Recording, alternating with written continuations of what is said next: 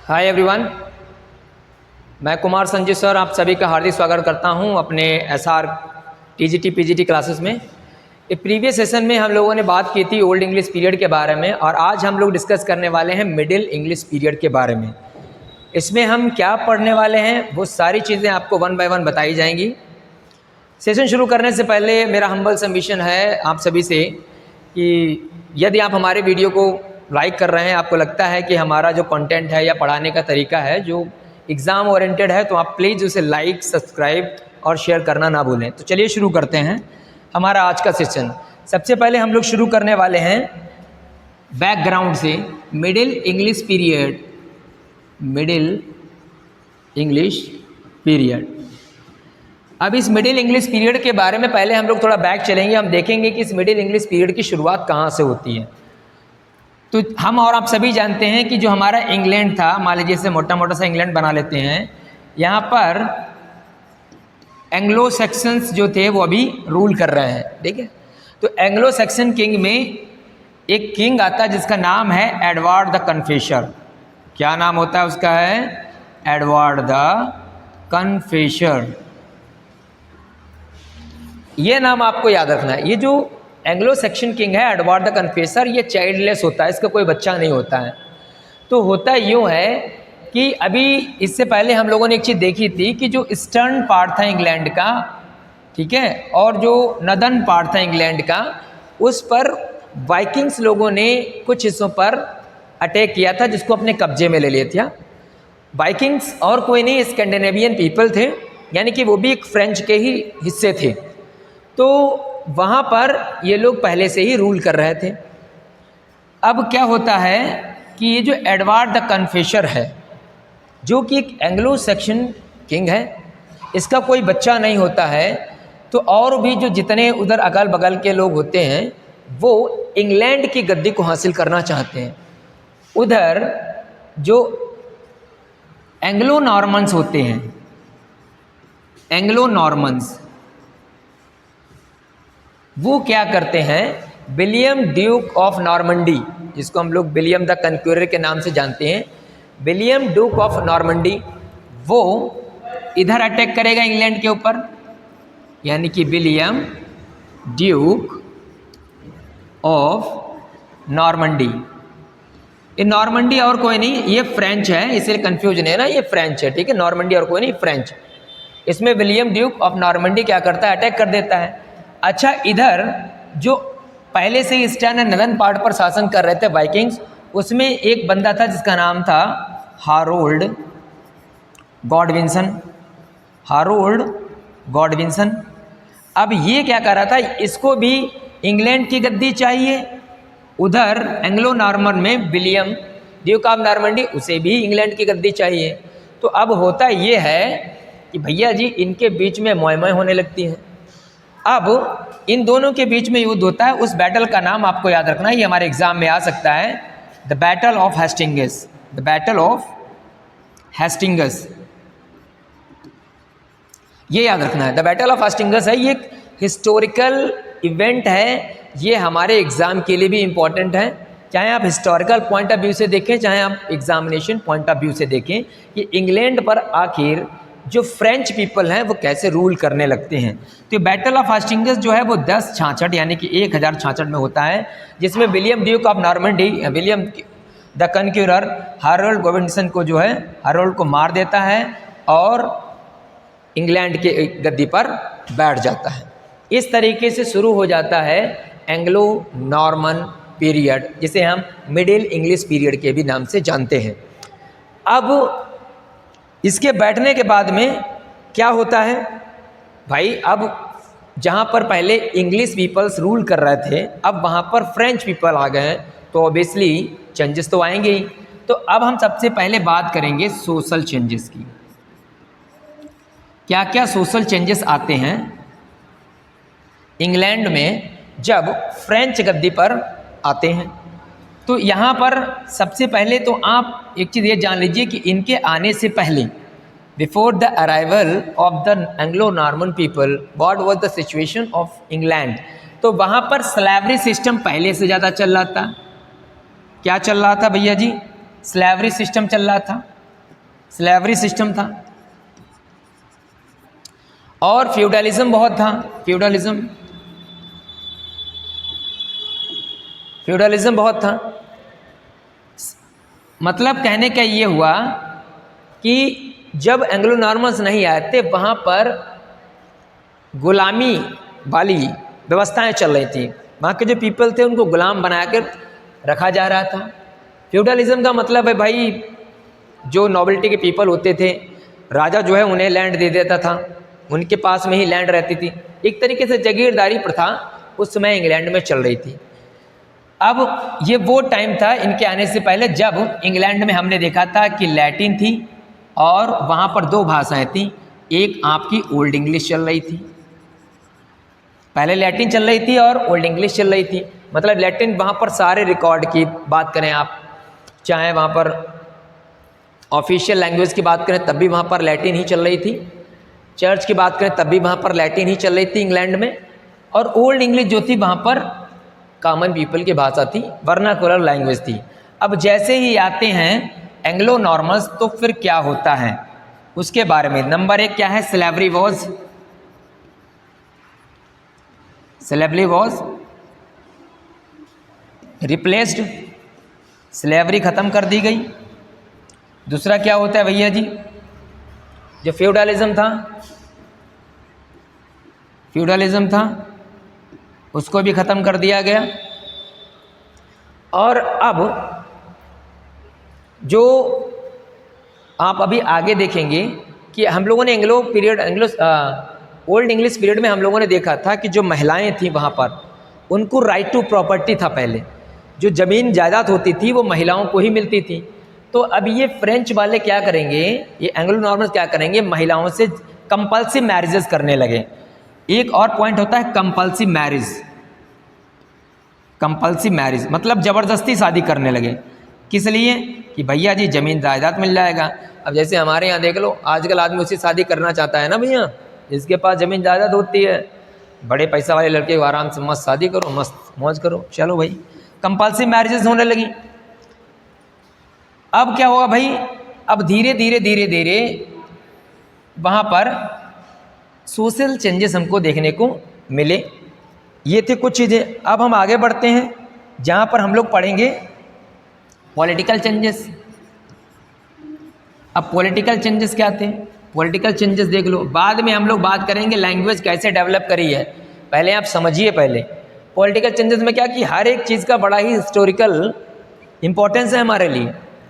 अब ये जो पॉलिटिकल चेंजेस आप यहाँ पर देख रहे हैं, इसमें आपको दो चीज़ें मेनली याद रखनी है भैया जी। वो क्या है, तो नंबर 1 आता है the war of roses. The war of roses आपको याद रखना है। अब ये द वॉर ऑफ रोजेस क्या था, तो इसको ध्यान रखना, ये हमारे लिए इम्पोर्टेंट है क्योंकि जब आप विलियम शेक्सपियर को पढ़ेंगे तो वहाँ पर आप द वॉर ऑफ रोजेस के बारे में जानेंगे। तो आपको केवल वहाँ पर इतना ही पता होगा कि द वॉर ऑफ रोजेस के बारे में मेंशन किया गया, लेकिन ये क्या है इसको जानना ज़रूरी है। तो वॉर ऑफ रोजेस जो था बेसिकली ये क्लोजली एसोसिएटेड है प्लेंटाजेनेट फैमिली से। प्लेंटा PLANTEGENET प्लेंटागेनेट फैमिली। ये प्लेंटागेनेट फैमिली और कोई फैमिली नहीं थी बल्कि फ्रेंच के ही हिस्से थे। अब ये प्लेंटागेनेट फैमिली की 2 कैडेट्स थी, 2 सब कैडेट्स थी। और वो क्या कैडेट्स थी यहाँ देखेंगे, एक को यॉर्क हाउस के नाम से बोला जाता है और दूसरा था लैनचेस्टर हाउस। अब ये जो आप यहाँ देख रहे हैं ये बेसिकली जो इंग्लैंड की गद्दी थी उस पर कौन राजा बनेगा उसके बारे में बात करता है। अब ये जो यॉर्क है ये वाइट रोज के नाम से सिंबलाइज करता है और लैनचेस्टर जो है वो रेड रोज के नाम से सिंबलाइज करते हैं। तो आपको यहाँ ध्यान देने वाली बात यह है कि वॉर ऑफ रोजेस किस फैमिली से एसोसिएटेड है, तो Plantagenet family. War of Roses की कितनी ब्रांचेस हैं, तो there are mainly 2 branches, York house and Lancaster house. ये दोनों याद रखने हैं। अब प्रश्न ये आ जाए कि व्हाइट हाउस किस हाउस को रिप्रेजेंट करता है, then it will be our answer York house. अगर रेड आ जाए तो किसको करता है, तो लैनचेस्टर हाउस को।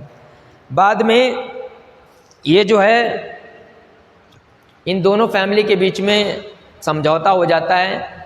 ये जो आप वार ऑफ रोजेस देख रहे हैं इसका अंत हो जाता है। कैसे होता है? जो हेनरी बेसिकली होता है ट्यूडर फैमिली का, और जो एलिजाबेथ ऑफ यॉर्क होती है, इनकी शादी हो जाती है और उसके बाद में द वार ऑफ रोजेस जो है, जिसे हम लोग एज अ सिविल वॉर के भी नाम से जानते हैं, सिविल वॉर के नाम से ये वाइंड अप वहाँ पर हो जाता है।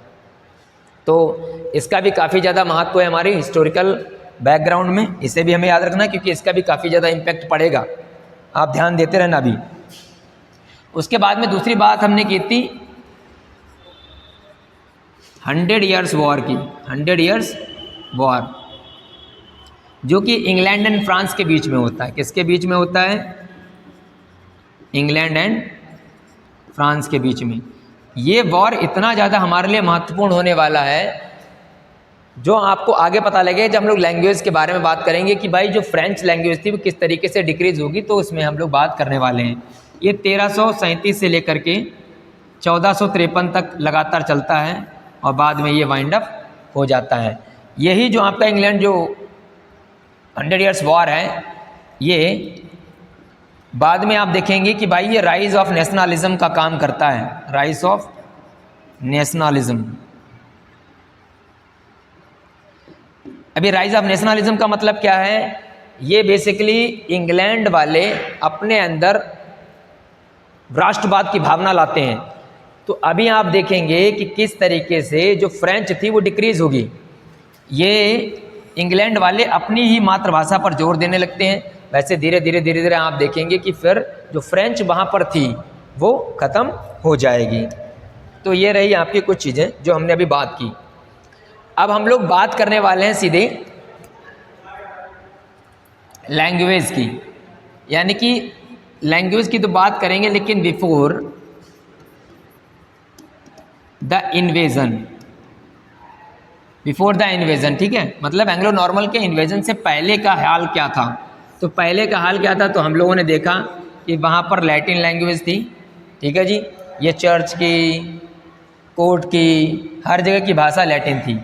और हम लोगों ने अभी शुरुआत में डिस्कस किया जो ओल्ड इंग्लिश हमारी थी वो वर्नाकुलर लैंग्वेज थी, ठीक है, वर्नाकुलर लैंग्वेज थी। अब यहाँ पर आप देखेंगे कि कुछ जो हैं ऑयल डायलेक्ट्स बोले जा रहे थे। ये ऑयल डायलेक्ट्स क्या होता है? ऑयल डायलेक्ट्स क्या होता है? मतलब एक तरीके से हम इनको बात करें तो रीजनल डायलेक्ट्स के में ही जानते हैं, जैसे हम और आप अपनी क्षेत्रीय भाषा बोलते हैं, वैसे बहुत सारे ऑयल डायलेक्ट्स वहाँ पर चल रहे थे। तो जैसे ही ये आपके एंग्लो नॉर्मन्स आते हैं, जैसे ही एंग्लो नॉर्मन्स आते हैं, तो अब क्या करते हैं धीरे धीरे ये भाई ऑब्वियसली जो बंदा आएगा वो अपने साथ में अपनी कल्चर, ठीक है, अपने लॉज, ठीक, अपनी लैंग्वेज, ऑब्वियसली अपनी पॉलिसीज़ को लागू करेगा, हाँ या ना।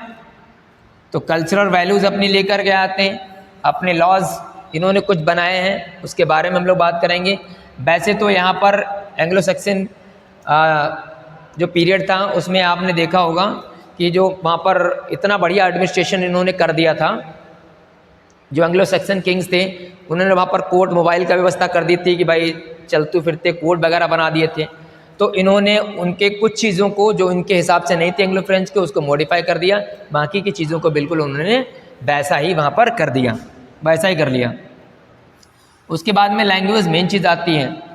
अब ये जो लैंग्वेज थी इसने काफ़ी ज़्यादा प्रभाव डाला है हमारी इंग्लिश पर, मिडिल इंग्लिश पर। इसका काफ़ी ज़्यादा प्रभाव रहा है हमारी मिडिल इंग्लिश पर फ्रेंच का। अभी हम आगे देखेंगे तो बहुत सारी चीज़ें जो हैं वो हमारे सामने निकल के आएंगी कि किस तरीके से इस फ्रेंच ने हमारी इंग्लिश को इन्फ्लुएंस करा है, और जो कि हमारा मेन मुद्दा है उसी चीज़ को पढ़ना। पॉलिसीज़ में क्या रहा, तो जैसे देखिए हम अभी बता रहे हैं आपको कि जो एडमिनिस्ट्रेशन था वहाँ पर, बाकी कुछ चीज़ें तो उन्होंने सेम रखी थी लेकिन कुछ चीज़ों को बदल दिया था। जैसे इन्होंने जो इतना बड़ा एडमिनिस्ट्रेशन था उसे शायर में बदल दिया था, शायर में बदल दिया था। और शायर के हेड जो होते थे वो शरीफ होते थे, शरीफ होते थे। तो ये भी आपको याद रखना है कि भाई जो एंग्लो नॉर्मन आते हैं उन्होंने एडमिनिस्ट्रेशन को किस यूनिट में बदला था, तो हमारा आंसर हो जाएगा शायर। और शायर का मालिक कौन होता है? शरीफ्स होते हैं। मोबाइल कोर्ट्स वहाँ पर थे, फ्यूडलिज्म को उन्होंने ख़त्म कर दिया। अब मेन मुद्दा पहुँचते हैं हम लोग हैं लैंग्वेज पर, जो कि हमारा आज का मेन टॉपिक है। भाई इन्फ्लुएंस क्या हुआ, influence on English, old English पर क्या रहा, इसका प्रभाव क्या रहा। तो देखिए हमको पता है कि एंग्लो नॉर्मन जैसे आते हैं वहाँ पर फ्रेंच शुरू हो जाती है। अब फ्रेंच जो वहाँ पर लैंग्वेज होती है वो बेसिकली अरिस्टोक्रेटिक पीपल जो होते हैं उनकी भाषा बन जाती है। कहने का मतलब ये हुआ कि जैसे एंग्लो आते हैं, एंग्लो नॉर्मन्स, ये जो वहाँ पर नोबिलिटी हैं या फिर अरिस्टोक्रेटिक पीपल हैं, नोबिलिटी का मतलब होता है अमीर ज़्यादा लोग, उच्च कुल में, उच्च वंश से संबंध रखने वाले लोग, तो उन्हें हम अरिस्टोक्रेटिक भी बोल सकते हैं और नोबेल भी बोल सकते हैं। तो फ्रेंच वहाँ पर उस टाइम पर केवल अरिस्टोक्रेटिक पीपल बोल रहे थे। एंग्लो नॉर्मन की बात कर रहा हूँ। आपकी जो लैटिन थी वो अभी भी भैया जी बात करें तो चर्च की, ठीक है, लॉ की और एजुकेशन की भाषा बनी हुई थी, अभी भी लैटिन का दबदबा था। अब हमारी जो इंग्लिश थी, टूटी फूटी वही बात जो इंग्लिश थी, जिसको हम अभी ओल्ड इंग्लिश ही मान रहे हैं, जो टूटी फूटी थी अभी, ठीक है, वो अभी वर्नाकुलर लैंग्वेज ही थी, क्योंकि पूरी तरीके से फ्रेंच वालों का बोलबाला हो गया था, अपनी ही भाषा को ये आगे लीड करते हुए ले जा रहे थे। लेकिन इस फ्रेंच ने काफ़ी ज़्यादा अहम योगदान दिया। हमारी जो मॉडर्न इंग्लिश आप देख रहे हैं, जो मिडिल इंग्लिश देख रहे हैं, उस पर अब आप देखेंगे कि किस तरीके से इस फ्रेंच का योगदान रहा। तो इसका क्या क्या कंट्रीब्यूशन रहा है उसको हम लोग यहाँ समझने वाले हैं। क्या कंट्रीब्यूशन रहा, तो यहाँ लिखते हैं भाई फ्रेंच। इस फ्रेंच का क्या कंट्रीब्यूशन रहता है हमारे भाषा पर, जो आप आज पढ़ रहे हैं, देख रहे हैं, इंग्लिश पर कैसा प्रभाव रहता है। तो एक तो क्या हो जाता है भाई, फोनोलॉजी चेंज हो जाती है, फोनोलॉजी। दूसरा क्या रहता है, सिंटैक्स का भी इम्प्रूवमेंट हो जाता है धीरे धीरे। अगला क्या रहता है, simplification of grammar, simplification of grammar. बहुत सारे ये चेंज हो, ये लिंग्विस्टिक चेंज हो गए, मान लो ग्रामेटिकल चेंज हो गए। अब इन्फ्लेक्शन ख़त्म हो जाता है, end of inflection, end of inflection, जो अभी आपने ओल्ड इंग्लिश पीरियड में देखा था, इन्फ्लेक्शन वो ख़त्म हो जाता है फ्रेंच के आने से। और बहुत सारे वर्ड जो हैं वो इंग्लिश में फ्रेंच से लिए जाते हैं, जैसे कि आपने देखा है कोर्ट है, जज है, लॉज एंड आर्ट, बहुत सारी चीज़ों में जैसे वर्ड फ्रेंच में थे डायरेक्टली वैसे ही पिक कर लिए गए थे। वहीं से धीरे धीरे बहुत ज़्यादा चेंजेस जो हमारी ओल्ड इंग्लिश में थी उसमें हमको देखने को मिलते हैं, और हम लोग जो आज मिडिल इंग्लिश देख रहे हैं, मॉडर्न इंग्लिश देख रहे हैं, उसकी तरफ मूव करते चले जाते हैं। ये कुछ चेंजेस इसमें रहे हैं। अब हम आगे बात करते हैं। हाँ, अब हम यहाँ पर देखेंगे मिडिल इंग्लिश पीरियड में जैसे ही हमारी इंग्लिश इम्प्रूव होती है, हम लोगों ने देखा कि किस तरीके से चीज़ें मूव करती हुई आगे आ रही हैं। अब मिडिल इंग्लिश पीरियड की फ़ीचर्स के बारे में हम लोग बात करने वाले हैं कि भाई इसकी जो है फ़ीचर्स क्या क्या हैं। फ़ीचर्स के बारे में बात करेंगे, भाई मिडिल इंग्लिश पीरियड में क्या क्या चीज़ें हुई। तो हम और आप सबको पता है मैग्ना कार्टा एक आता है, ये भी आपको याद रखना है, ये 1215 में आता है। ये वो टाइम था जब मिडिल इंग्लिश पीरियड में मैग्ना कार्टा जो है वो आया। इसने क्या करा कि जो पावर था किंग का उसे लिमिटाइज कर दिया। फिर हम देखते हैं कि भाई यहाँ पर एक पार्लियामेंट भी आई, पार्लियामेंट लगभग 1293 या 95 के अप्रॉक्सीमेटली यहाँ पर पार्लियामेंट आती है। फिर हम लोग यहाँ पर देखते हैं विलियम कैकेस्टन नाम का बंदा आता है जो प्रिंटिंग प्रेस लेके आता है 1476 में। इन सब का बहुत बड़ा योगदान रहेगा अंग्रेजी पर, जिसको अभी हम आप समझने वाले हैं। अब क्या होता है कि इतना इन्फ्लुएंस पढ़ने के बाद में फिर आखिर जो फ्रेंच थी वो कैसे वहाँ पर ख़त्म हो गई, फ्रेंच कैसे डिक्रीज हो गई और इंग्लिश जो थी वो कैसे मूव कर गई। इंग्लिश को आगे ले जाने में सहयोग आपका विलियम कैकेस्टन का भी है, क्योंकि ये प्रिंटिंग प्रेस लेकर आए हैं और इन्होंने चीज़ों को जो स्टैंडर्ड था इंग्लिश का वो प्रिंट कर दिया। लोगों को अब एक सेंटेंस पैटर्न पता लगने लगा, लोगों को एक सिस्टमेटिक ढंग से चीज़ें मिलने लगी और उसका मोबिलाइजेशन हो गया पूरे यूरोप में। तो प्रिंटिंग प्रेस का भी योगदान रहता है। दूसरा ये था, मैंने बताया कि भाई किस तरीके से 100 ईयर्स वॉर ने नेशनलिज्म को जगा दिया, किस तरीके से 100 ईयर्स वॉर ने नेशनलिज्म को जगाया। तो यानी कि रीजन्स सब पढ़ने वाले हैं, reasons of the depreciation of French. French धीरे धीरे कैसे ख़त्म हो गई, इंग्लिश धीरे धीरे कैसे बढ़ गई। तो उसका रीज़न है नंबर 1 पर 100 ईयर वॉर, 100 ईयर्स वॉर। दूसरा है आपका ब्लैक डेथ, ब्लैक डेथ। तीसरा है आपका peasant revolution, peasant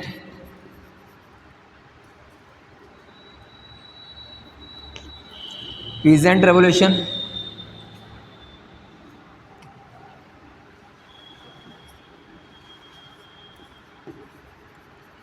peasant revolution. चौथा है आपका प्रिंटिंग प्रेस, प्रिंटिंग प्रेस। पांचवा है आपका कंपल्सिव मैरिज।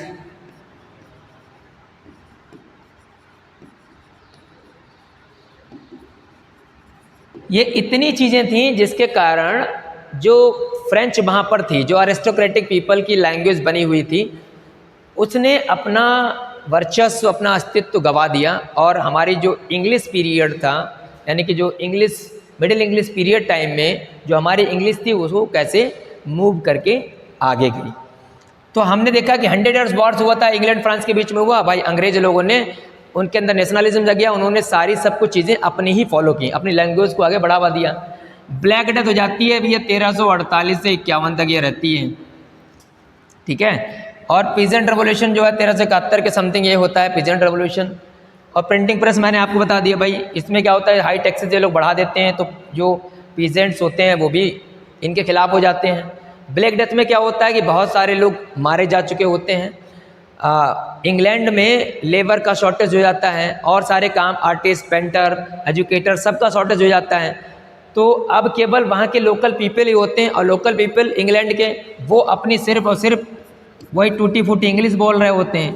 तो अब क्या होता है कि इंग्लैंड वाले ही एजुकेटर, वही लेबर, तो एक दूसरे के साथ कम्युनिकेशन करने लगते हैं। धीरे धीरे वही भाषा जो होती है मैक्सिमम लोग बोलने लगते हैं। देखिए हम और आप सभी जानते हैं कि किसी भी भाषा को सीखने के लिए व्हाट इज़ इम्पॉर्टेंट, सबसे पहले इम्पॉर्टेंट है कि हमको एक लिसनिंग एनवायरनमेंट मिले।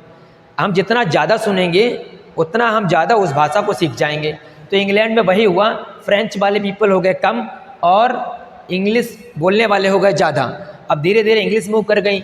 फिर क्या हुआ भाई, इसमें नेशनलिज्म भी ऐड हो गया, अपनी ही भाषा को प्रेम करने लगे, ये हो गया।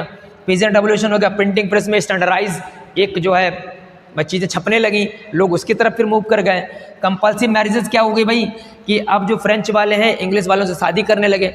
अब भले ही एक घर में 2 भाषा के लोग रहते हों, लेकिन धीरे धीरे आप भी उस भाषा को सीख ही जाएंगे।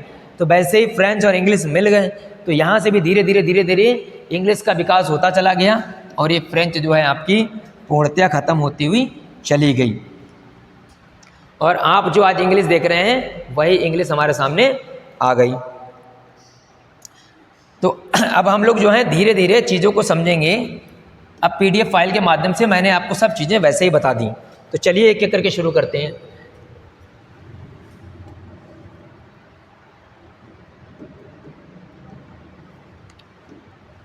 देखिए हम और अब सभी जानते हैं कि हमारे इंग्लिश पीरियड भाई ये जो है मिडिल इंग्लिश पीरियड की शुरुआत कहाँ से होती है, तो हम सबको पता है 1066 से लेकर के 1500 तक। यह आप जो 1150 देख रहे हैं यहाँ से बेसिकली जो है इसको 3 भागों में बांटा गया है। अर्ली मिडिल इंग्लिश पीरियड और बाद में मिडिल इंग्लिश पीरियड, ठीक है, और बाद में लेट। तो लेट वाले में तो इंग्लिश पूरी तरीके से लगभग फ्लोरिश कर ही चुकी थी, तो वही लिखा हुआ है यहाँ पर आपके सामने 1150 से 1500 तक। ये ट्रांसफॉर्मेटिव टाइम था जिसमें इंग्लिश लैंग्वेज जो थी, सोसाइटी जो थी या कल्चर जो थी काफ़ी तरीके से चेंज हो चुकी थी। अभी जो मिडिल इंग्लिश पीरियड आप देख रहे हैं ये ओल्ड इंग्लिश पीरियड है या एंग्लो सेक्शन पीरियड के बीच में एक तरीके से कह सकते हैं उसको ब्रिज माना जाता है। यहीं से हमारी अर्ली मॉडर्न इंग्लिश डेवलप करती है। हिस्टोरिकल कॉन्टेक्स्ट में हम लोगों ने क्या देखा था भाई, William the conqueror from Normandy हैं, ये अटैक करते हैं, ठीक है, और काफ़ी ज़्यादा जो है चीज़ों को बदलते हैं। क्योंकि जब ये वहाँ पर आ जाते हैं इंग्लैंड में तो नॉर्मन जो है एलाइट पीपल, एलाइट का मतलब होता है अरिस्टोक्रेटिक पीपल, यानी कि नॉर्मन फ्रेंच बड़ी नोबल पीपल अरिस्टोक्रेटिक पीपल बोलते थे, हम लोगों ने देखा अभी। और ये जो लैंग्वेज थी बेसिकली वो कोर्ट की लैंग्वेज बन जाती है, एडमिनिस्ट्रेशन की होती है, लॉ की, हाई सोसाइटी की, वही चलता रहता है। इंग्लिश जो होती है the upper classes spoke French, upper class के लोग इंग्लिश फ्रेंच बोलते थे। लैटिन जो है remain the language of the church and education, हम लोगों ने बात की इस पर कि लैटिन हमारी जो होती है वो लैंग्वेज हो गई आपकी किसकी, चर्च की थी और एजुकेशन की थी।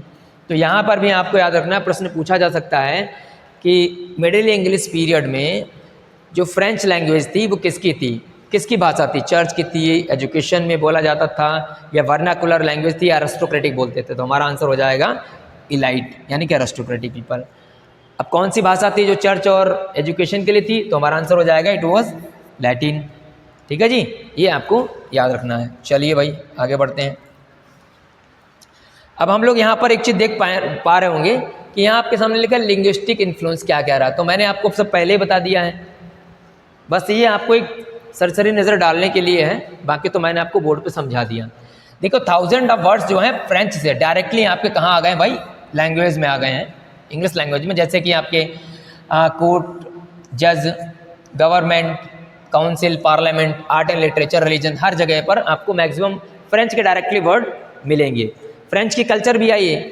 अभी हम लोग जब लिटरेचर की तरफ देखेंगे कि भाई क्या क्या फीचर्स उसकी रही हैं, लिटरेचर कैसा था, राइटर कौन से थे, तो वो भी हम लोग यहाँ पर देखेंगे, तब आपको और एक चीज़ समझ में यहाँ पर आएगी।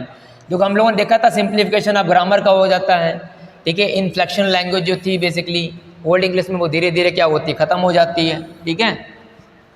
लिंग्विस्टिक चेंज क्या होता है, फोनोलॉजी वाला हमने आपको बताया। फोनोलॉजी जो है प्रोनाउंसिएशन करने में भी अब आसानी होती है, ओल्ड इंग्लिश थोड़ी सी टफ बनती थी। अब इन्फ्लेक्शन आपका चला गया। इन्फ्लेक्शन मैंने आपको बोला है, इन्फ्लेक्शन क्या होता है, जैसे आप लिखते हैं ना,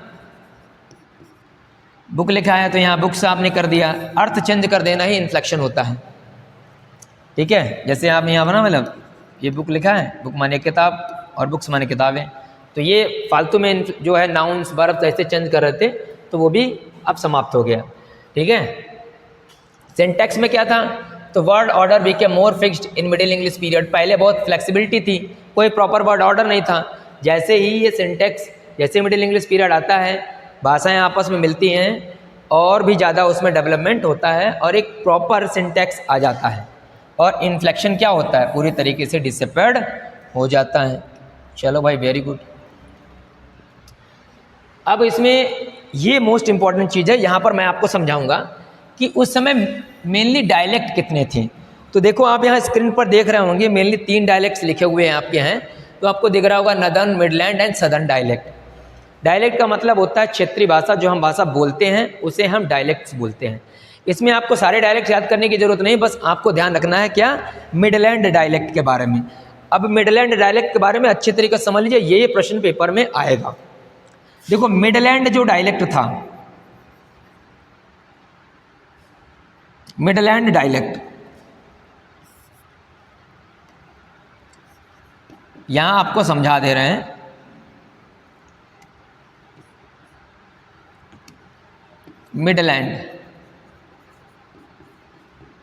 मिडलैंड डायलेक्ट आपका दो भागों में बटा हुआ था, एक तो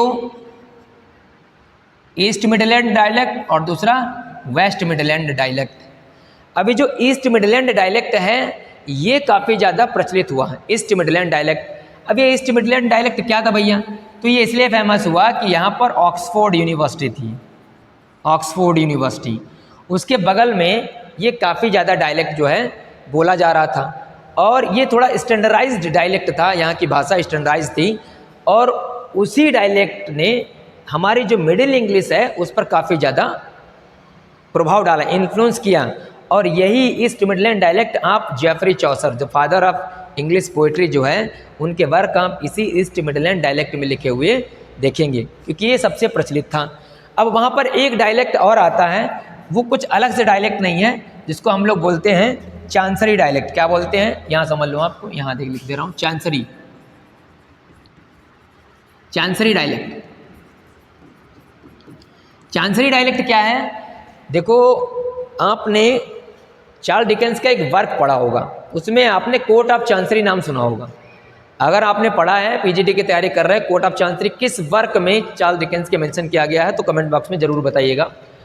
तो ये और कुछ नहीं होता, ये कोर्ट होता है चांसरी का। चांसरी एक लंदन में जगह है जहाँ पर ये कोर्ट होता है।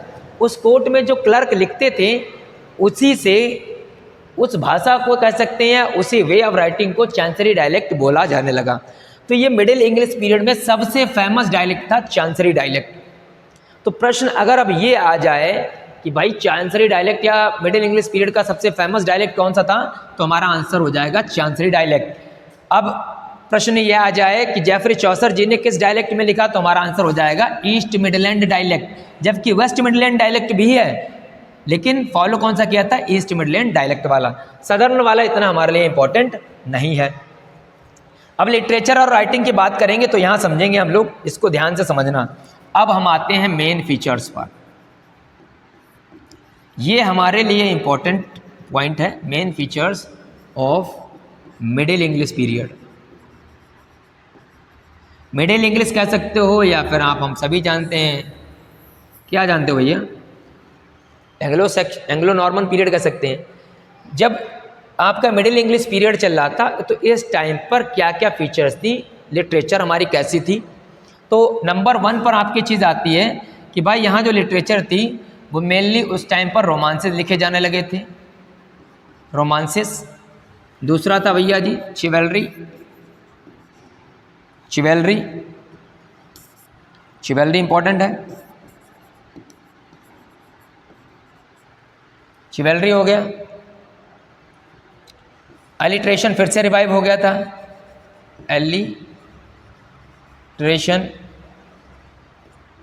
अलिट्रेशन फिर से रिवाइव हो गया था। यहाँ पर इस टाइम पर बैलेड भी लिखे जाने लगे थे,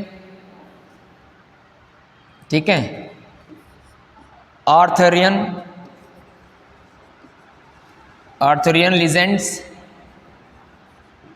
यानी कि ले मॉट डी आथर, उनके बारे में भी लिखा जाने लगा था। थॉमस मेलॉरे का वर्क आप इसी टाइम पर देखेंगे। बैलेड आपके आने लगे थे। और अगर हम बात करें तो हमारे जो ड्रामा है उसकी भी शुरुआत आप मान लीजिए यहीं से हो गई थी इंग्लिश में, क्योंकि इस टाइम पर आप जानते हैं miracle, miracle plays, mystery pledge,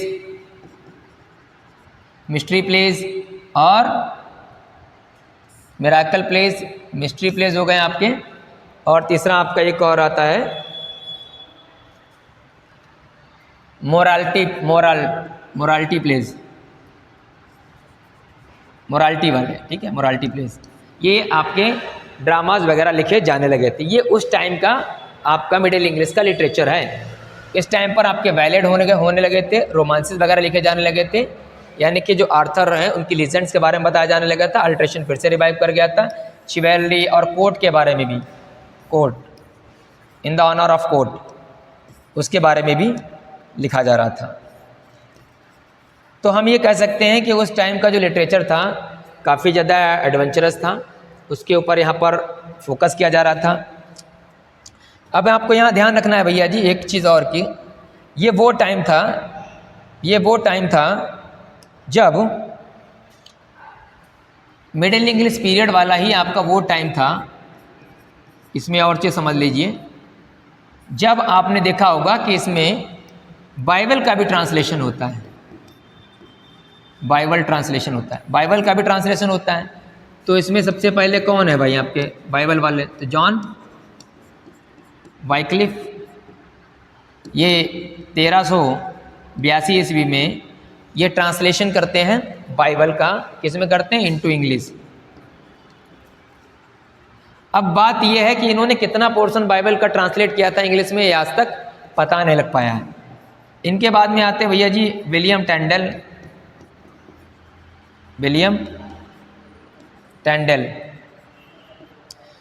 टैंडल को माना जाता है कि भाई जो विलियम टैंडल हैं, इन्होंने ओरिजिनली जो हिब्रू और ग्रीक लैंग्वेज में लिखा था जो आपका बाइबल, उसको इन्होंने इंग्लिश में ट्रांसलेट किया था।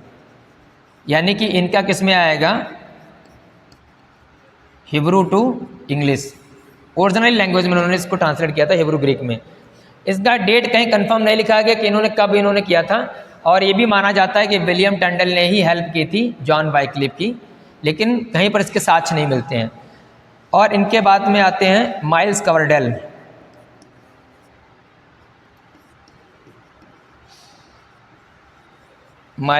ठीक है।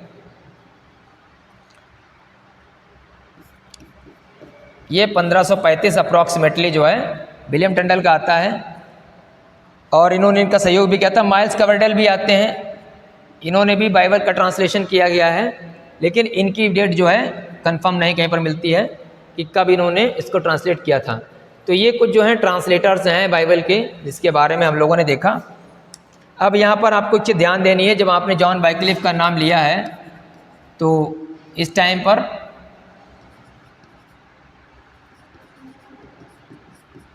ये जॉन वाइक्लिफ जो हैं, आपको पता है कि भाई फादर ऑफ रिफॉर्मेशन कहे जाते हैं, फादर ऑफ रिफॉर्मेशन, ठीक है, मॉर्निंग स्टार ऑफ रिफॉर्मेशन, ये सब इनको नाम दिए गए हैं। मॉर्निंग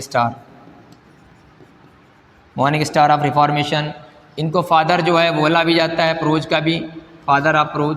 मैंने आपको उस दिन बताया था फादर ऑफ प्रोज लिखा जाता है, लेकिन इससे पहले जो आपके अल्फ्रेड द किंग है उन्हीं को क्रेडिट जाता है पूरा, बाकी इनको बोला जा रहा है, मैं बता दे रहा हूँ, फादर ऑफ इंग्लिश प्रोज, ये आपको ध्यान देना है। अब ये वो टाइम होता है मिडिल इंग्लिश पीरियड जिसमें आपका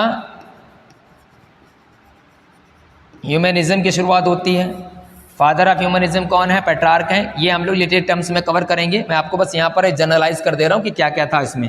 ह्यूमनिज्म की शुरुआत होती है, ठीक है, ह्यूमनिज्म एंड रिफॉर्मेशन की शुरुआत होती है, और इसी आपके 1520 तक हम सब जानते हैं, ये जो एरा है इस तक आपका रेनेसा की भी शुरुआत होती है। अब हमारा जो दूसरा सेशन रहेगा वो हम लोग रेनेसा से करेंगे इसको, ठीक है।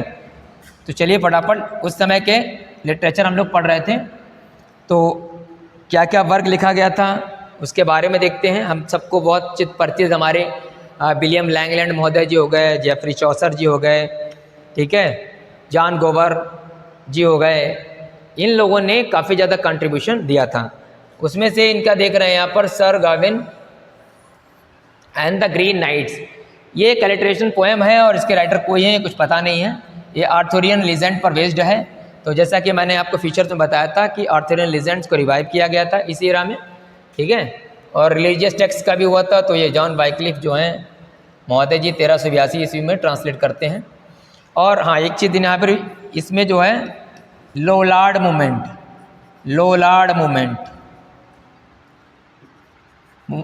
मूवमेंट की भी शुरुआत इसी एरा में हो जाती है मिडिल इंग्लिश पीरियड में।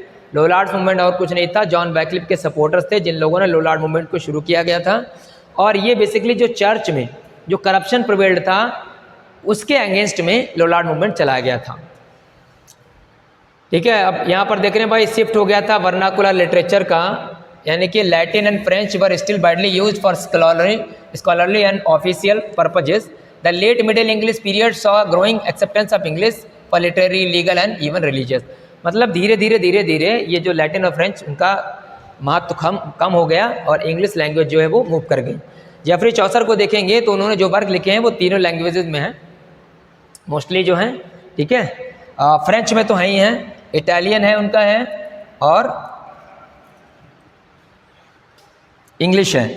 तो ये सोशल एंड कल्चरल चेंजेस हम लोगों ने बात की थी, इसमें फ्यूडलिज्म हम लोगों ने देखा था, इसमें 100 ईयर्स वॉर्स की बात की थी हम लोगों ने, प्रिंटिंग प्रेस की भी बात कर चुके हैं हम लोग शुरुआत में ही कि कैकेस्टन जी ने प्रिंटिंग का प्रेस जो है 1476 में लेकर आए थे, जिसने काफ़ी ज़्यादा जो है इंग्लिश लैंग्वेज पर इम्पैक्ट डाला है। Printing allowed for more consistent spelling and grammars, मैंने आपको बताया कि एक सिस्टमेटिक ढंग से स्टैंडर्डाइज तरीके से चीज़ों को प्रिंट किया और लोगों के बीच में उसको लेकर के आए। तो ये भी काफ़ी ज़्यादा फेमस रही उस टाइम पर।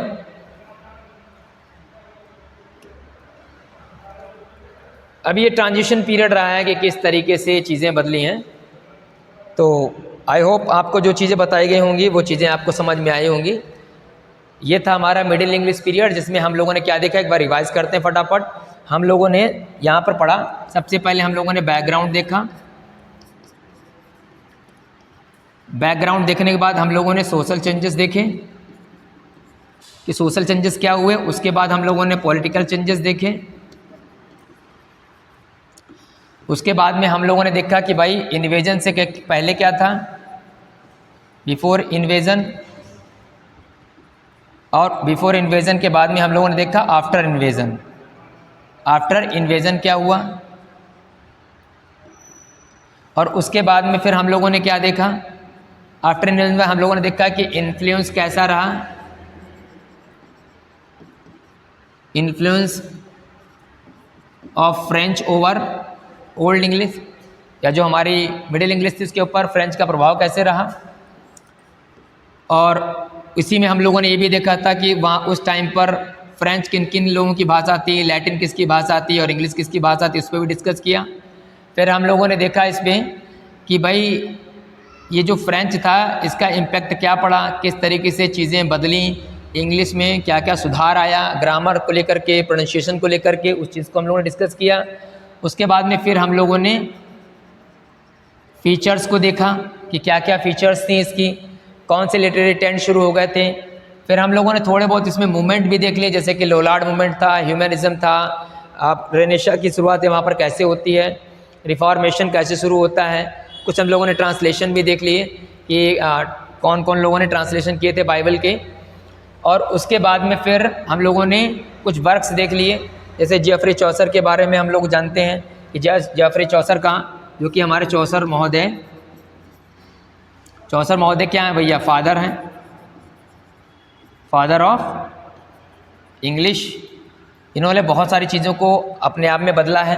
और ये जो टाइटल इनको किसने दिया था, ये हम और आप सबको पता है, अर्नोल्ड महोदय जी ने दिया था, ठीक है। इन्होंने फ्रेंच में भी लिखा है, इटालियन में भी लिखा है और इंग्लिश में भी लिखा है। तो जो हम कंट्रोवर्सी टेल्स देखते हैं वो इनकी इंग्लिश का ही एक बहुत ही बेहतरीन एग्जाम्पल है। विलियम लैंगलैंड जो है इसमें, विलियम लैंगलैंड, इनका वर्क है इसमें पायर्स द फ्लोमैन, पायर्स फ्लोमैन, ये काफ़ी ज़्यादा हैं। जॉन गोबर का है कन्फेसो अमेंटिस। तो इन लोगों ने भी काफ़ी ज़्यादा जो है हमारी इंग्लिश को आगे ले जाने में महत्वपूर्ण योगदान दिया है। अब हमारा जो अगला टॉपिक होने वाला है उसमें हम लोग रेनेशा पढ़ेंगे, ह्यूमनिज्म पढ़ेंगे और हम लोग रिफॉर्मेशन पढ़ेंगे। उसके बाद सीधे मूव करेंगे हम लोग रेनेशा टू एलिजाबेथन। तो मिलते हैं नेक्स्ट सेशन में, तब तक के लिए जय हिंद, जय भारत। अगर आप हमारा वीडियो पसंद किया हो, आपको अगर आपको लगा है कि अच्छा है वीडियो, कंटेंट अच्छा है, तो प्लीज़ लाइक करना ना भूलें, सब्सक्राइब करना ना भूलें और शेयर करना ना भूलें। जय हिंद।